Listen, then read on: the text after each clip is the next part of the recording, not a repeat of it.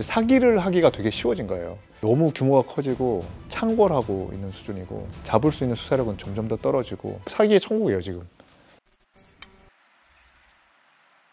안녕하세요. 변호사로 일하고 있는 정재민이라고 합니다. 반갑습니다. 원래 기존의 1위는 절도였어요. 지금 다른 나라는 다 1위가 절도예요. 근데 우리가 2014년까지만 해도 1위가 절도였거든요. 근데 지금 2015년 전후로 사기가 지금 치고 와서 1등이 된 거죠.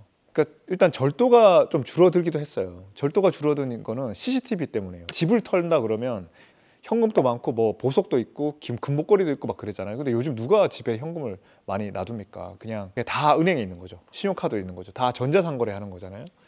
그러니까 절도가 줄어들겠죠. 근데 그 훔치려는 사람들이 이제 절도가 줄어든 만큼 이제 사기를 하기가 되게 쉬워진 거예요. 저희가 이제 IT 강국이잖아요. 사기를 한다는 건 옛날에는 사기 되게 어려웠어요. 옛날에는 사기를 치려면 거짓말을 해야 되잖아요. 근데 거짓말을 한순간 딱 한다고 거짓말에 넘어가지가 않잖아요. 사람을 거짓말을 해서 속이려면은 상당한 어떤 준비가 필요해요. 맥락에 빠뜨려야 되거든요. 마치 연극을 보게 만드는 것처럼 한참의 시간이 걸리고 주변 세팅도 하고 자기 신문도 속이고 자기 스토리도 속이고 어떤 스토리에 젖어들게 해가지고 거기에 착오에 빠뜨리게 만들어야 된단 말이에요. 그럼 상당한 시간이 들고 그 사람을 처음 만나려고 할 때도 되게 힘들어요. 그래서 제가 많이 속은 거는 옛날에 대학교 때 저 지방에 왔다 갔다 하면서 고속버스 타면은 휴게실에서 한 10분 15분 쉬잖아요. 그럴 때 갑자기 휴게실에 쉴 때 처음부터 들어온 게 아니라 한 뭐 3, 4분 남겨놓고 갑자기 누가 들어와서 뭐 시계 보여주면서 우리 회사 갑자기 망했는데 진짜 이거 3만 원에 5만 원에 진짜 뭐 100만원짜리 시계를 판다면서 추첨권 막 나눠주고 막 손 들으라고 하면서 47번 제가 47번 들었거든요. 그게 다 47번이에요. 근데 거기서 당첨되면 이제 주고 가는. 그러니까 딱 꼼짝 못하게 딱 그렇게 사람을 가둬놓고 자기 말을 일방적으로 듣게 만들 수밖에 없는 상황에 만든 다음에 자기는 딱 빠져나가야 되는 거죠. 그래야만 사기가 되는 거예요. 왜냐면 아는 사람이 사기 못 치잖아요. 아는 사람은 나중에 잡히는데요. 근데 아는 사람이어야만 내 말을 듣는 거예요. 그래서 그런 유의 장치들을 해놓는 거죠. 근데 지금은 이 모든 게 가능해진 거예요.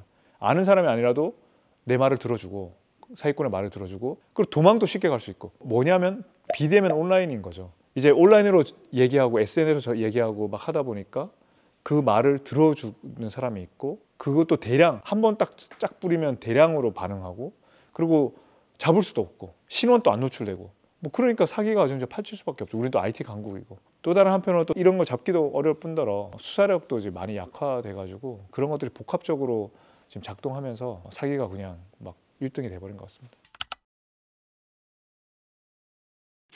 우리나라에서 제일 유명한 사기 사건은 전청조 사기 사건 아닐까요? 진짜 정말 그거는 법적이고 뭐 없이 그냥 다 이제 놀란 거죠. 어떻게 여잔데 여자가 여자한테 남자라고 믿고 임신까지 했다고 믿지? 뭐 어떻게 한 거지? 이거 이런 거죠 뭐. 근데 저는 개인적으로는 그 좀 인상 깊었던 사기는 그 돈스코이오 보물사 사건이 좀 인상 깊었던 것 같아요. 2018년인가요? 그때 러시아 순양함 돈스코이호가 진짜 러일 전쟁 때 침몰하기는 했어요. 근데 거기에 그 침몰한 배 안에 황금이 이제 있었다는 말도 그 당시에도 있긴 있었어요. 근데 이제 2018년에 거기에 알고 보니까 금괴 150조 원 상당의 금괴가 있다. 근데 이걸 발굴만 하면 진짜 떼돈 버는 건데 발굴하는데 돈이 든다. 그 발굴 사업에 투자해라. 그럼 니한테 한 10% 정도, 뭐 몇 프로인지 지금 기억 안 나는데 나눠주겠다. 그러면서 신일코인이라고 이렇게 조잡하게 만든 걸 홈페이지 포인트처럼 준 사건이 있었죠. 그걸 또 믿고 뭐 수십억, 뭐 수백억 대 사기해서 그때 그 신일그룹이 자기 인양 작업을 하고 있다고 이렇게 홈페이지에 게시하면서 올린 사진들이 사실은 타이타닉 영화의 장면들을 타이타닉 나중에 인양하는 그런 장면들을 이제 오래 붙여서 걸고 막 이렇게 했었거든요. 그 회사 등기부로 보면은 사업 목적이 뭐 인형 뽑기 사업 막 이렇게 적혀 있기도 하고 그랬어요. 이제 그렇게 허접하게 하는데도 사람들이 엄청나게 많은 사람들이 뭐 몇십억 몇백억을 손해 보고 했죠. 형량이 그렇게 높지는 않았던 것 같아요. 그 형량도 그렇고 정청조 사기 사건도 형량이 얼마나 되는지 모르겠는데 그것도 이제 국민들이 엄청 관심이 많아서 그래도 좀 높아졌지만 그 형량이 아주 높았던 것 같지는 않습니다. 사기죄는 우리가 실무상으로는 피해액이 1억 원일 때 징역 1년이다 이렇게 보고는 했거든요. 피해액이 5천만 원이다 그러면 징역 6개월 뭐 이렇게 이제 산정을 했고 1억 원을 사기쳤을 때 징역 1년이다. 어떻게 생각하세요? 예를 들면 100억이다. 그럼 징역 100년이잖아요.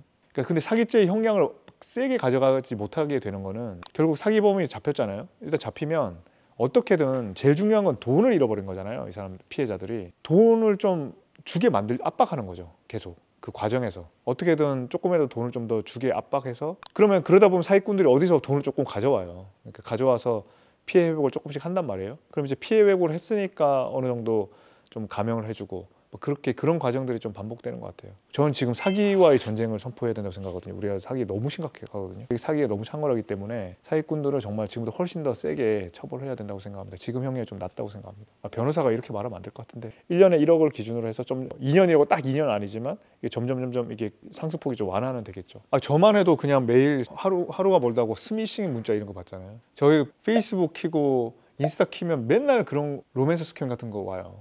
잡지도 못하잖아요. 이게 잡을 수 있나? 그 유튜브나 그러니까 뭐 인스타나 페이스북이나 이런 거 누가 그 사칭 계정들을 신원을 그 본사가 공개하지 않잖아요. 미국이 수사 협조도 안 되고요. 뭐 보이스피싱 전화 우리 많이 받잖아요. 많이 받죠. 그리고 제가 주변에 보면은 사이비 종교도 다 사기잖아요. 그로 인해서 정말 그 사람들한테 많은 돈을 갖다 주고 또 성적 착취도 당하고 있는데 왜 그런 사람은 완전 사기인데 저는 더 강력하게 처벌해야 될 것 같은데. 근데 쉽지가 않은 것 같아요. 말했지만 보이스피싱 같은 것만 봐도 총책이 다 외국에 있으니까 그걸 잡는 게 굉장히 어려운 것 같습니다. 제가 재판할 때도 보이스피싱 재판도 했었거든요. 그러니까 맨날 그 운반책, 인출책 그 정도만 잡아요. ATM에서 인출하는 노인이나 알바한 이런 사람만 잡고요. 대포 통장 빌려준 명의자, 또 노숙자도 되게 많거든요. 그런 사람만 잡아요. 그러니까 총책 잡는 경우는 저는 해본 적이 없고요. 간간이 있다고 뭐 하긴 하던데요.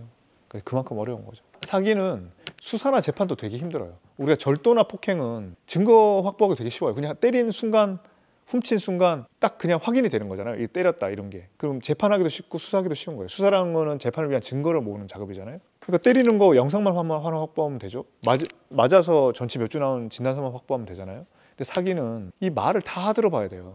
그 말이라는 게 명백한 사기라는 게 아니고 다 묘하게 그럴듯하게 몇 번에 걸쳐서 뉘앙스를 조금씩 비틀어서 하는 거란 말이에요. 그 뉘앙스가 진실이 아니라 사기라는 걸 입증하기 위해서 또 수많은 말을 동원해야 되고 그 말이라는 게 다 보존돼서 전달이 안 되거든요. 그때 그 맥락에서 실제로 육성으로 한 말하고 이 글자로 됐을 때 그건 많이 느낌이 다르단 말이에요. 그 수사나 재판 자체도 굉장히 어렵고 많이 걸려요. 그래서 사기죄의 기록은 훨씬 절도죄보다 기본적으로 두꺼워요. 그래서 어려운 거죠. 그만큼 또 판사가 유죄 판결 내기도 어려운 거죠. 유죄 판결 내리기 어려우니까 형량도 세게 때리기가 자신 없을 때도 있는 거죠. 이런 한편 사기죄가 잡기 힘든 이유는 사기죄가 수사하기도 다른 범죄에 대해서 되게 힘든데 최근에 수사력이 되게 약해졌어요. 경찰에. 뭐 수사권 조정이나 이런 수사가 옛날에 이제 검사들이 하나 어떤 책임을 가지고 경찰을 지휘해서 이제 수사를 하던 시절에는 경찰이 수사를 뭐 한 6개월씩 걸리다 보면 그냥 가져오라고 해가지고 자기가 어떻게든 자기 책임이니까 어떻게든 밀리면 끝냈단 말이에요. 그러니까 지금 뭐 제가 경찰 편을 꼭 들자고 하는 건 아니고요. 저도 뭐 양쪽에 다 불만이 많지만 근데 지금은 책임자가 없어요. 경찰은 무한정 계속 자기가 수사를 해야 되니까 6개월 옛날에 6개월 정도만 버티고 있으면 검사 다 가져와서 알아서 다 끝을 내줬는데 마무리를 해줬는데 지금은 자기가 끝내야 끝내는 거니까 이제는 힘든 거죠. 그러다 보니까 베테랑 수사관들이 다 도망갔어요. 지금은 순경, 경사, 뭐 2년차, 3년차 이런 사람들이 큰 수사를 많이 하고 있거든요. 그러니까 경험이 없으니까 되게 힘들어서 쩔쩔매다가 다음 사람 오면 넘겨주고 뭐 이런 식으로 하고 수사도 되게 부실하게 이루어지는 경우도 많고 그리고 시큰 수사를 해서 검찰의 송치가 돼도 검찰은 이제는 자기가 수사하는 게 아니니까 이거 문제야 다시 하세요 이러면서 다시 또 보내버려요. 보내면 또 그 사건이 그렇게 떨어져 나가는 거예요. 검찰 입장에서 자기 사건 한 건 한 거예요. 한 명을 범인을 잡는 것도 한 건 한 거고 경찰이 해온 거 중에 이거 고쳐서 다시 하세요라고만 해도 한 건을 한 거니까 이게 훨씬 떼기가 쉽거든요. 그리고 그 자기가 이거 하세요라고 하는 그 검사가 계속 그 사건을 들여다보는 게 아니에요. 그냥 그걸로 끝난 거예요. 영영 빠이빠이예요. 이 사람은 그럼 그 다시 경찰로 가서 누구한테 배당될지 또 모르고 그 경찰 수사가 다시 왔을 때 그 검사가 하는 게 아니라 또 누가 할지도 모르는 거예요. 그러니까 무한 반복되면서 책임자가 없고 아무도 수사에 끝까지 책임지는 사람이 없고 그럼 고소한 피해자만 힘든 거예요. 언제 갈지도 모르고 거기에 가는 게 보장이 안 되는 거예요. 그러니까 이 사건이 듣기만 해도 아실 거 아니에요. 이게 도대체 책임 없이 뭐 1년, 2년이 왔다 갔다 하는 건 기본이고요. 어떤 범죄자라도 시간 끌어버리면 시간은 충분히 끌 수 있는 거거든요. 그럼 피해자만 이제 힘든 거죠. 피해자 입장에서는 고소를 해도 수사를 경찰이 잘 못해요. 뭐 건도 많고 수사 경험도 적고 하다 보니까 사실상 피해자가 고소인이 다 증거를 갖다 줘야 돼요. 막 자기가 증거 마련해서 다 촬영해서 갖다 주고 막 거의 떠먹여 주다시피 해야만 어느 정도 수사가 진행되지. 근데 경찰이 또 막 수사력도 부족한데 베테랑도 아닌데 와서 하다 보면 뭐 시간도 너무 많이 걸리고 더 힘들고 하다 보니까 깊이 부서고 하다 보니까 힘들고 안 하고 못 하고 밀리고, 그러니까 악순환이 계속 되니까 저 같아도 제가 지금 제가 작정하고 사기범의 총책이 돼서 조직적인 사기를 하면 안 걸리고 진짜 큰 돈을 벌 수 있을 것 같거든요. 이런 사람 진짜 많을 거예요. 지금 사기의 천국이에요 지금. 제가 재판한 사람 중에는 아버지는 부장판사 출신이었는데 자기는 이제 검사를 하다가 빌 게이츠를 보고 영감을 얻어서 자기 컴퓨터 사업에 뛰어들어서 그렇다면서 이제 뭔가 사기를 이제 치는 사람인데, 제가 처음에 재판을 맡았을 때 전임 판사가 맡았는데 재판이 진행이 안 되고 뭐 한 6개월 7개월 동안 계속 방치돼 있었어요. 왜냐하면 그 사람이 온몸에 근육이 다 풀리는 병에 걸렸다고, 지방 어디에 있기 때문에 도저히 재판에 출석을 할 수 없다는 거예요. 그러니까 그냥 그만 봐도 너무 사기 같아가지고 그 병원에 다 확인해봤는데 다 멀쩡히 걸어 다닌대요. 그래서 제가 최종 통보를 하면서 나오라고, 무조건 안 나오면 무조건 그냥 구속 정지 취소하고 구속해버리겠다고 하니까 이제 마지못해서 그 병상에 실려서 가짜 간호사들 데리고 이제 등장을 해가지고, 제가 일부러 이제 그 재판을 늦게 가짜 형님이 저한테 쪽지를 보내서 이 사람은 지금 산소호흡기가 다 달아가고 있으니까 빨리 재판을 해달라고 쪽지도 보내고 했는데, 제가 이제 지금 전화해 보니까 다 걸어 다니고 하던데 빨리 일어나라고, 안 그러면 엄벌에 처하겠다고 그랬더니 벌떡 일어났죠. 산소호흡기 스스로 떼고 벌써 일어나고, 간호사도 다 신원 확인해 보겠다고 했더니 다 가짜 간호사고, 언제부터 간호사했냐니까 오늘부터 간호사. 그렇게 와서는 이제 한 20억 사기했는데 당장 뭐 보내주면 한 달 만에 갚겠다고 또 저한테 또 사기치고, 그런 사기범이 있었죠. 근데 그래서 저는 이제 그냥 실형 한 5년 해서 다른 경우보다 세게 보냈더니 결국에는 중간에 어떻게 해서 또 나갔더라고요. 그 교도소 안 살고. 진짜 그 특출난 사기범인 것 같아요. 되게 잘생기고 언변이 되게 좋고요. 말도 빠르고 판단도 좀 빠른 것 같았어요. 검사라고 하면 진짜 믿을 수도 있는 그런 사람인 것 같았어요. 사기꾼은 결국에는 거짓말을 해야 되니까 말을 잘 해야 되겠죠. 공통적인 특징이 말을 잘하는 거죠. 드드드드 말도 잘 못하고 어눌하게 하고 사람도 좀 모자라 보이면 잘 안 속을 거 아니에요. 그러니까 되게 또렷하게 생기고 눈빛도 또렷하고 말도 잘하는 경우가 되게 많았어요. 근데 사기꾼이 마음만 먹으면 저 같은 사람도 사기 쳐서 성공시킬 수 있을 것 같아요. 기본적으로 예상치 못한 과한 이익이 있다는 걸, 그런 믿음을 있으면 사기 당한 것 같아요. 저희 판사할 때 한 7, 8년 전에 운전하고 가다가 갑자기 전화 와서 지금 말하는 그 설문조사를 구두로 하는데 이거 10개만 답해주면 무슨 강원도에 되게 좋은 신설 호텔에 뭐 3박 4일 숙박권을 2개 그냥 보내주겠다고, 직장으로. 그래서 그러니까 순간 좀 이상하지만 저도 되게 좋은 뭐 호텔에 숙박권을 보내주겠다니까 질문에 답을 하고 있더라고요. 답을 하게 된단 말이에요. 그래서 그러면 뭐 고객님 수고하셨습니다. 질문 다 잘 하셨으니까 이게 그냥 숙박권 그냥 보내주겠다고. 근데 그 사기가 비싼 숙박권, 진짜 숙박권을 보내준 다음에 비용을 청구하는 거예요. 그게 공짜가 아니에요.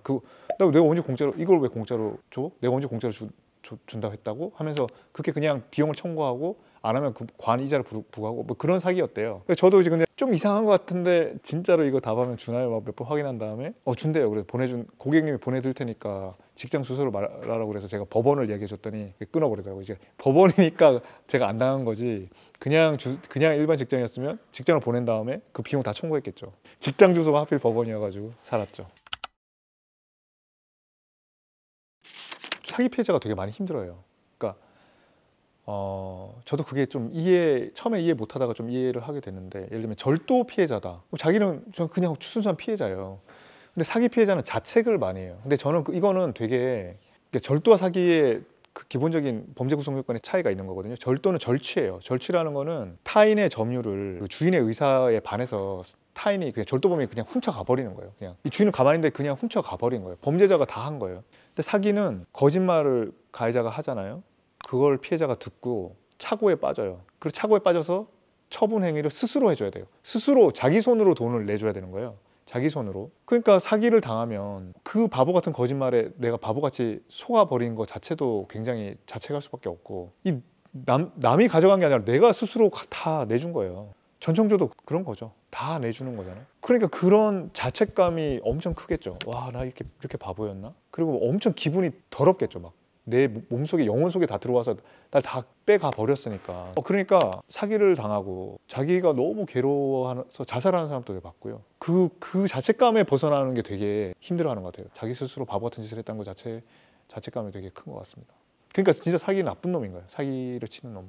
지금은 좀 많이 시대가 바뀌었다 하지만 사기는 뭐 전세 사기도 그렇잖아요. 정말 지금 너무 규모가 커지고 창궐하고 있는 수준이고 잡을 수 있는 수사력은 점점 더 떨어지고 사기 범죄는 점점 더 고도화되고 교묘해져서 한 건을 잡기도 너무너무 어렵고 이게 제일 우리나라의 큰 문제라고 생각하고 저는 사기와의 전쟁 우리가 선포를 하고 집행을 해야 될 단계라고 생각합니다. 예, 오늘 제가 준비한 내용은 여기까지입니다. 내용이 재미있으셨다면 구독, 좋아요, 알림 설정 부탁드립니다. 감사합니다.